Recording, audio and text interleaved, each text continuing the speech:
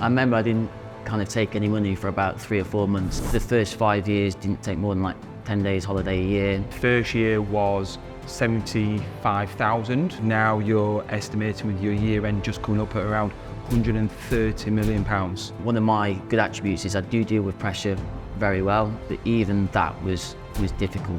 Didn't want to get to a point in 10, 15, 20 years, but like, should have had a go at that. Me realising that if you want to grow something bigger, that you've got to be able to... Hi, good morning, James. Morning, Emma, how are you? I'm really good, thank you. I'm really good. It's good to have you. Thank you for taking the time aside. Welcome to Real Talk. So yeah, looking forward to kind of finding out a little bit more about you and your journey to date. But if you want to, for the viewers who are watching, if you want to introduce yourself, what your business is and what your business does. Okay, so I'm James Bowes, CEO of Enicor. Enicor is a metal recycling business. And yeah, that's what we started 5-6 years ago. Wow, so 5-6 years, and what's the journey been like so far?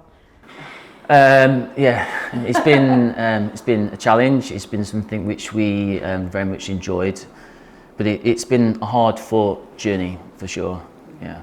So tell me a little bit more about kind of what you actually do within the business then, like what the business does. Okay, so do you want me to go back to kind of when we kind of started the business and how kind of we set things up? Okay, so when we had the idea of setting up Enicor, it was with the intention of trying to forge a path within a new industry. So metal recycling is kind of notoriously quite competitive industry, dominated by kind of some big industry players. So what we needed to do is find a way of, creating a little path for us to kind of get an inroad. So rather than trade the products, as in the physical commodity, that other metal merchants were doing, we said we'd focus on niche products, so things that were harder to source, harder to sell, but then when we were able to do that, we would make a broader margin.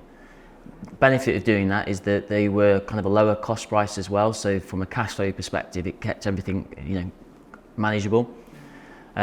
So we were working with the steelworks and buying a lot of their residual products and byproducts that were not kind of within their main focus. So we were just doing that on a weekly basis, collecting these materials, marketing them, exporting them to kind of India, Pakistan, kind of globally really, just creating a path. When we found that we had a bit of a solid business working with the steel mills in the UK, we then began to branch out into some of the more traditional commodities that everyone else was doing. Because we were concerned that if we started in the traditional products that all the other guys were involved in, we'd just find it, I'm sure we would have got there and we would have made it happen, but it would have been quite difficult because there were bigger boys that were better at doing that than what we were, and they'd have better economies and scales and those sorts of things. So it was all about finding a niche, planning for that niche and executing it. So that's how we kind of started things. And where things are now is a lot different to where they were at the start, but yeah. James, I'm intrigued to know how and why you set up your own business 5 years ago. Well, since I left university, I've kind of always been involved in the industry, and I kind of had a couple of different roles. So I worked for the largest metal recycling business for about 5 years. I kind of worked through the ranks to some extent. That was good because it allowed me to kind of make mistakes and kind of learn from a good organisation, and it had a very structured feel to it. But the downside to that was it had no kind of ability to really kind of break through the ranks. Yes, you could have done, but it'd been like in 5-10 years, and my ambition was to do things a lot quicker than that. And then kind of left there, went to another business and kind of got to kind of director level. That was another metal recycling business, but still it kind of wasn't my baby. So I just wanted to do my own thing, just wanted to have a crack at it. Didn't want to get to a point in 10, 15, 20 years, but like, should have had a go at that. So I was like, right, I'm gonna do this, do it whilst I'm still relatively young, and see how we get on. So many people say that, don't they? They don't want to regret things. What was your biggest challenges when setting up a business in that first 6 months, 12 months?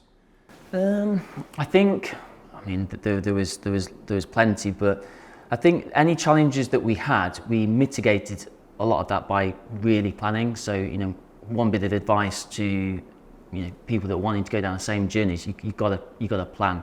you know, if you're going to start up a new business, think of a good solid business plan, and then make sure you execute it and plan for kind of every eventuality that may occur.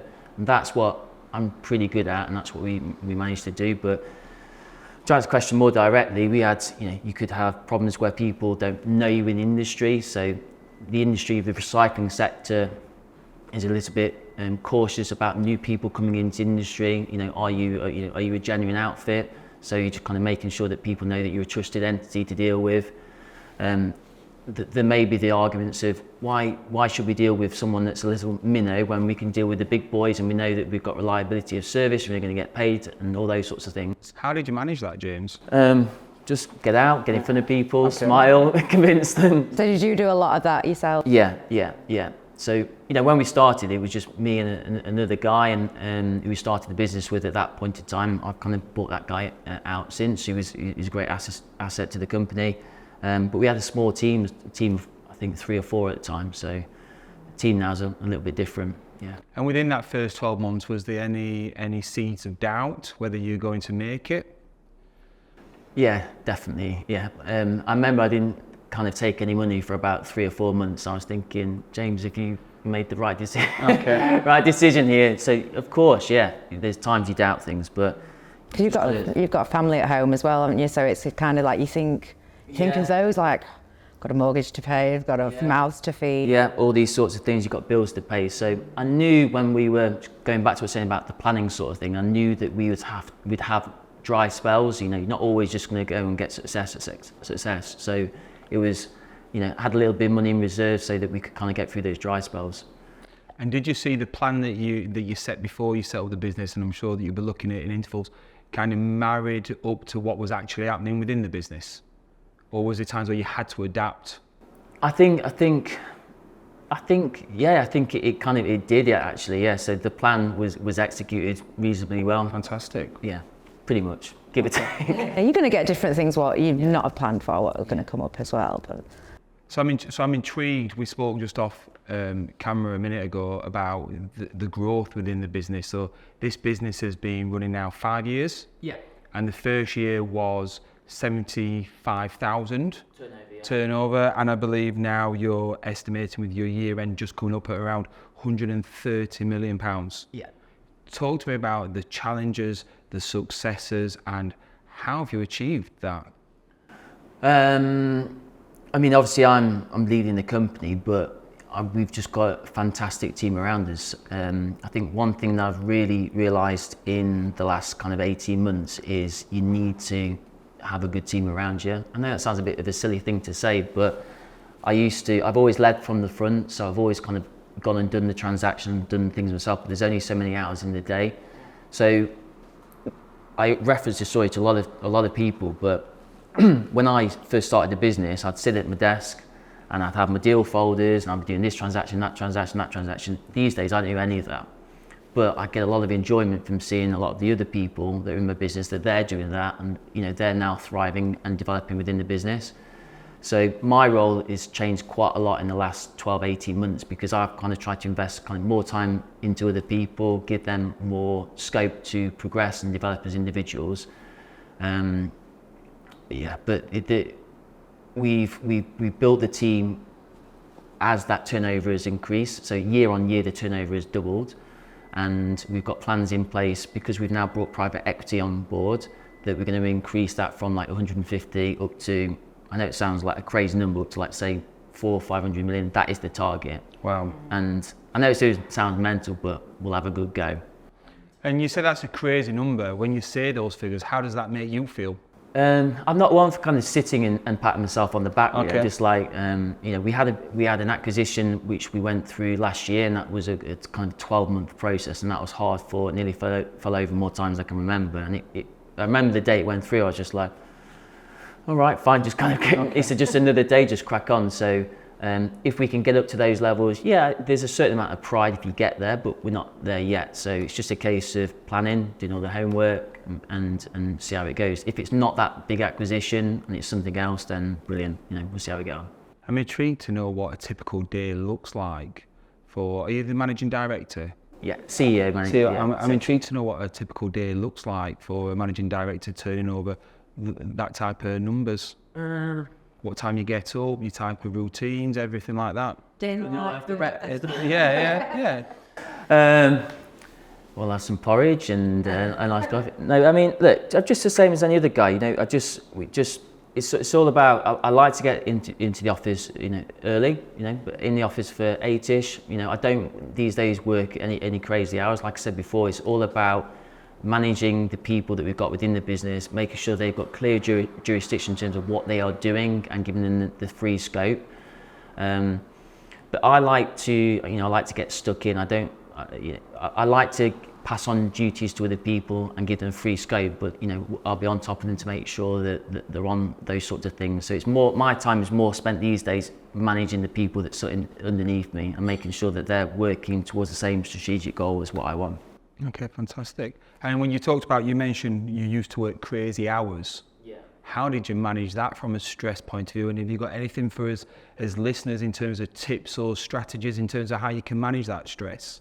I think from like office hours have never been crazy long. Like, you know, I say eight till 5. However, what's different about my job is that because we export material globally, as we arrive into the office, China's closing, and then, you know, China closes, and then a few hours later you've got India and Pakistan closing, and then as I get towards the end of the day, you've got South America opening.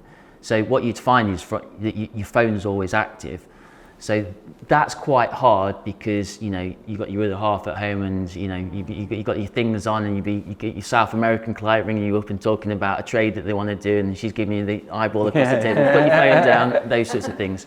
But you just got to do it, haven't you? You just got to put the time in. If you want to get to where you want to get to, you just got to graft, you got to plan, you just got to, you got to be dedicated to the cause. Regardless of what you want to do, if you want to, you know, lose weight in the gym, you've got to have a plan of attack, you've got to put the time in, you've got to be dedicated. So I think many people could relate to that, and I've got a few businesses myself, and managing home life and work life, answering the phone at silly o'clock, it's all right me saying I've just got to do it, but managing a marriage and taking my children to football is two different things. So how did you actually do that? I don't. Honestly, I don't know. just get on with it, don't you? Was there pressures within the marriage or relationships? I think so, but I think my wife is supportive of the fact that you know, she knows what you're trying to work towards, and she knows you're trying to build something for the family. So you know, you'll have difficult times, but it's all about working together towards what you want to achieve as a family. So. Yeah. Fantastic. You mentioned earlier, and obviously you started the business up with your partner at the time. Obviously for you taking on staff, you kind of wearing all the hats in the business and having a team. How did you find kind of handing that over, handing the responsibilities over to different team members? Yeah, good question. Difficult. Difficult because I think I know the job inside out. Whereas, you know, the people who are passing the job on to you will not know it as well as you do, just because they've got the experience or they've not had the option to, you know, to be able to deliver. So, you know, you've got to. It's hard to pass things over because it's always like, oh, you just know you can almost do it. You know, you can always do it quicker and better yourself. But it's me realising that if you want to grow something bigger, that you've got to be able to pass responsibility over, allow people to make mistakes in the same way that I've made mistakes before, and it allows them to grow. And I think if I didn't do that, what would happen is two things: the business wouldn't grow, and then you'd lose staff as well, because the you know, I know it's a recruitment term, but they reach that glass ceiling and be like, you know, what I'm going to go and do next. I want those guys and ladies that are within us to know that whatever position they come into, there's just endless opportunity for them to push forward. It's like uncapped. They're on that journey with you, Yeah. as moving forward. We've got people who are, you know, within the company that started on, you know, low teen salaries, or, you know, low 20s, and on like 6-figure OTEs. You know, they're doing well, but it's because they put the, you know, the time in, the graft. And we're very much about like giving back as well. So as long as someone has got those core attributes of the dedicated, work hard, the committed, all those sorts of good things, like, we'll give back. And what does that giving back look like? Giving back is, you know, I want to see bottom line adding value, but they've just, if they're not doing that, but then they're still putting in the hard work and time, all those sorts of things, I'm not going to be the sort of person that's going to kind of jump all over them. We're just trying to improve what they're doing. But yeah, that's pretty much it. What's been your biggest challenge in business over the last 5 years? I'd say in recent times, it was definitely the acquisition we went through, which was last year. It's a big acquisition where we bought a family-run metal recycling business. So just so you're aware, like Enicor is a trading business. So we don't have a production site. Historically, it was just an office like this, and we don't physically touch the material. But what we wanted to do is wanted to add that to a physical processing house and then kind of bolt the two businesses together. There's like good synergies between the two. So we bought a physical processing facility. That acquisition, it could have gone through in like 9 months, but it fell over about 2 or 3 times, and we got it back on track, and it fell over, back on track, and that was just a batteringly difficult process, which I don't want to relive anytime soon. But that was very difficult. Now that's sorted, and we kind of, it's all done now. We're on the other side of it. How did it feel, that challenge? I would say that one of my good attributes is I do deal with pressure very well. Like I am able to spin quite a lot of plates, but even that was difficult. Pushed me to my edge of my capability. How do you manage that type of stress? You say you manage it well. What strategies do you have? I think I've tried. The reason I've hesitated is because I've tried to change my approach in the last 6-12 months. Historically, I've just kind of not buried my head in the sand, but just like gritted my teeth. Like I'm a bloke, I can get on with this. I can get on with this. And then now I'm thinking, right, just need to think about yourself a little bit more. Think about maybe others around you. Try and kind of maybe work from home like half a day a week, or maybe go to the gym now and again. Bit of time away, play a bit of golf at the weekends. These are just things like that to kind of distract you, and where you don't have a phone beside you, so you're not contactable, and just kind of pull yourself out of the situation. A few more holidays as well. Well known for not taking like holidays in the company. I think for the first 5 years, didn't take more than like 10 days holiday a year, not a chance. That takes its toll. So this year I've got 4 holidays booked, so yeah. It's, I think, now everyone deals with stress different, but I think it's so important, you get this a lot, it's so important to have time for yourself. And when you're in business and you're running a really busy, rapidly growing business, it's difficult to think, right, I'll have that time. Some people see it as a little bit selfish, that, oh, well, I can be doing this in that time. But I think it's so important mentally as well, mainly, to have that time for you. It's so important. And I've not really done that. And I think this is the year where I've just got to, especially if I'm wanting to gear up to go towards the next level, you can't just keep on gearing up and just putting more hours. You just burn out, wouldn't you? So. How do you ensure that you check in with yourself and you have that family time or that balance then when you know there's probably so much going off at work? I think it's little things like dedicating myself time to kind of take the girls to their activities, just little things. That's nice. What's the best piece of advice you've ever been given? Oh, there's a question. Best piece of advice I could. One of them is, someone said to me one, I think it was actually like an American president he said, trust but verify. That always stands with me, like trust what people say, regardless of who it is, but also verify it at the same time. Love that. There's a couple of times when, look, metal recycling industry has a bit of a previous reputation, not being like a dodgy, I don't want to use that word, but the industry now is a lot different to what it was say 20, 30 years ago. And there's been a few instances where someone says something is a particular product and you maybe take their word for it, and then further down the line that you realise it hasn't happened. So it's a case of trust but verify. That could be not from what a supplier, it could be what some staff members said to you. That's a thing that always sticks with me. Love that. And on the trust, I have my wife that I can trust, and I have John, who's my business coach. Who's the people that you have in your small circle that you trust and you go to for advice? Do you mean what, outside of work or just Outside or in work? Look, I suppose I have different people I trust to different extents, I guess. So, you know, I have obviously my core team around me at work, which I do trust very much. And, you know, without them, we don't have a business. So I do trust implicitly what they say. Outside of that, you know, of course, you've got family members you'd also trust implicitly. David, who I set the business up and, you know, is now retired out, you know, being bought out of the business. He's a guy who's been there, done that. He's a good, sensible head on his shoulders who can go to kind of bounce things off from time to time. He's a good guy as well, someone I can rely on. But when the chips are down, because it's a lonely place being a business owner, when the chips are down and you need somebody to speak to, who is that one person? I would say probably it'd be someone internal within the company. You know, there's probably two directors of the company who have been there from the start, who have been with me through thick and thin. I think those are the people that you kind of rely on for a bit of advice, and they'd be the people I go to. Fantastic. I think it's so important to have someone to be that sounding board.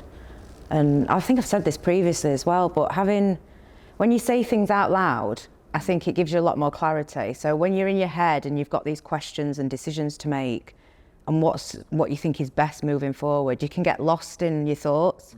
But I think having that person as a sounding board to say, right, this is what I'm thinking, and actually saying out loud makes a massive difference. Sometimes they may not even need to give you their opinion. It could just be you hearing what you say is in your head out loud, and you can kind of process it a bit easier, I guess. Love that.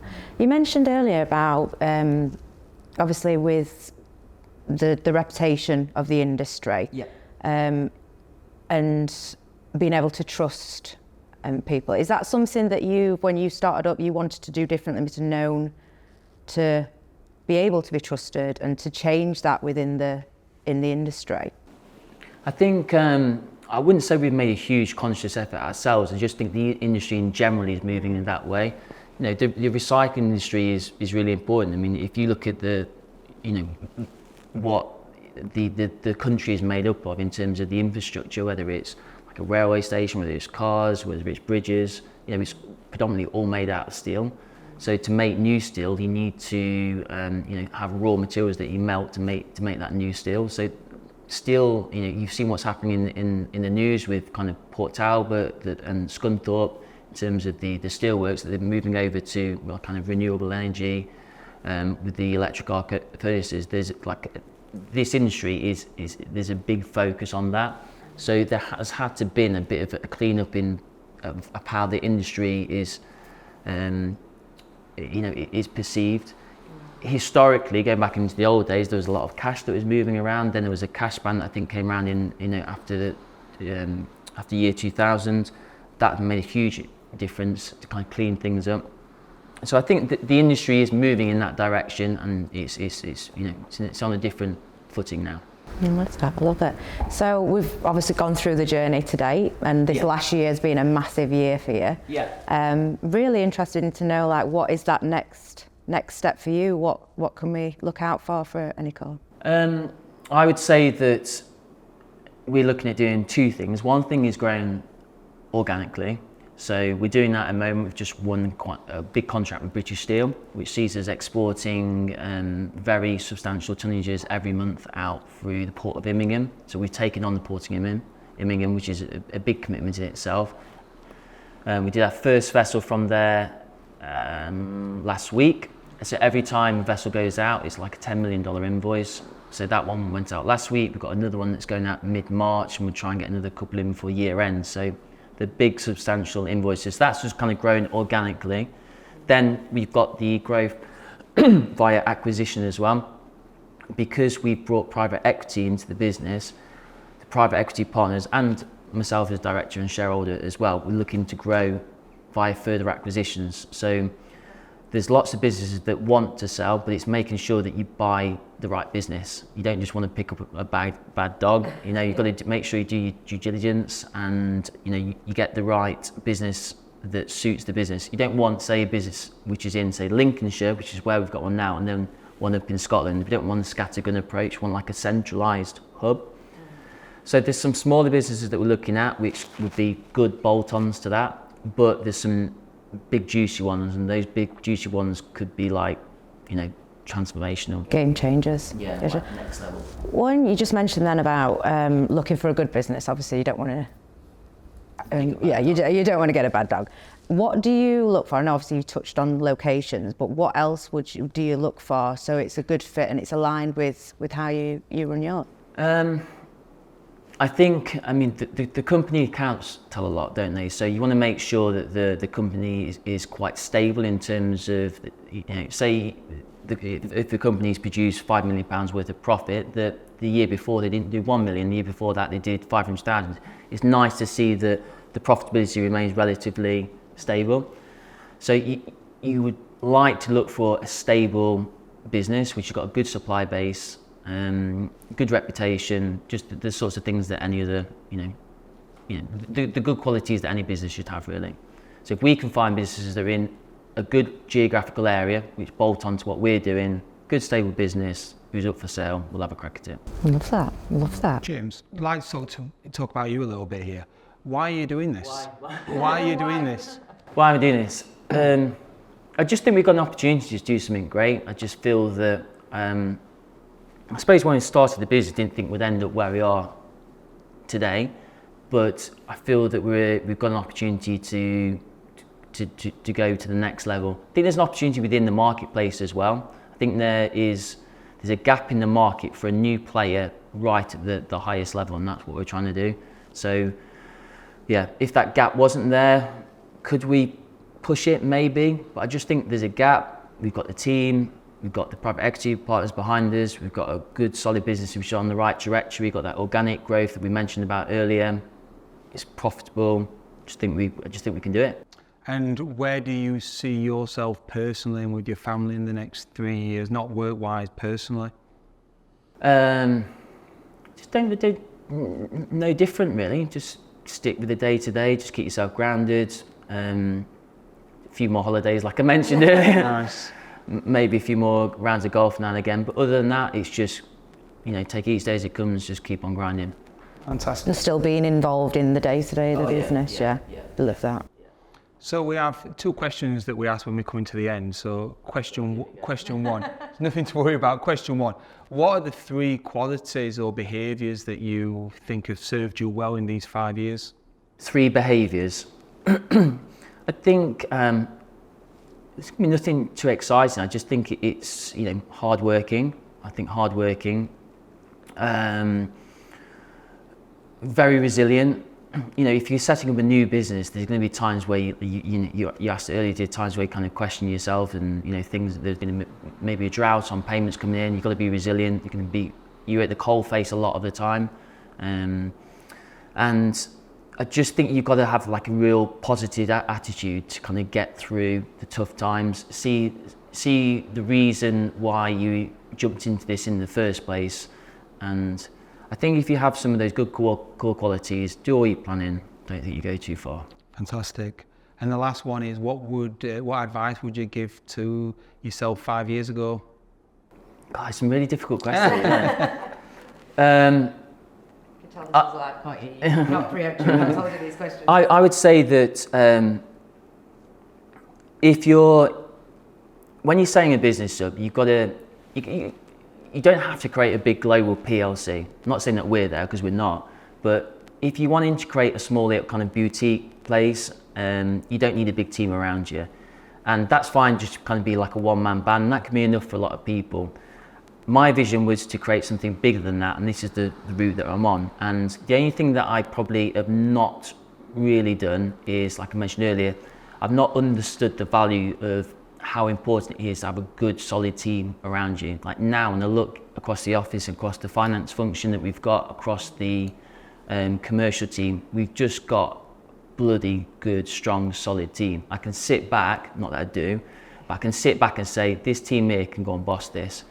And yeah, now I can just allow those people to really push on, and then as they progress through in the company, we can slot people underneath them, we can then feed through. So, you know, having that good hierarchy is what I may have not understood the value of right at the start. So if you wanted to kind of create something big, invest your time in people so they'll help you. James, this has been so insightful. I think my takeaways this morning are you as an individual. I think your resilience and hard working shines through, but sometimes what doesn't always shine through is people want to plan and prepare. And I think all the way through this, you've spoke about how important it is to plan and prepare. But I also think you're humble enough to see on reflection that you've needed a team around you to be able to get to that next level. And this has been so insightful. So thank you very, very much. I think when you look at obviously the recent exports that we've done out of Immingham, that big boat, $10 million. So it's easy for me to sit here and say, oh, we did a big boat, it was $10 million. But think about all the planning that went into it. We put on that vessel 28,000 tons. We chartered the vessel from A to B, as in from Immingham to South America. You know, not only the financing for the stock, or the lorry movements, or the site staff, or the machinery, everything, you know, meticulous planning. So it's not just me, a great team underneath me. So yeah. I love that. It sounds like you've got an amazing team. We're looking forward to seeing the future of Enicor as well, and what that next level is. Thank you very much. Thank you very much. Thank you very much.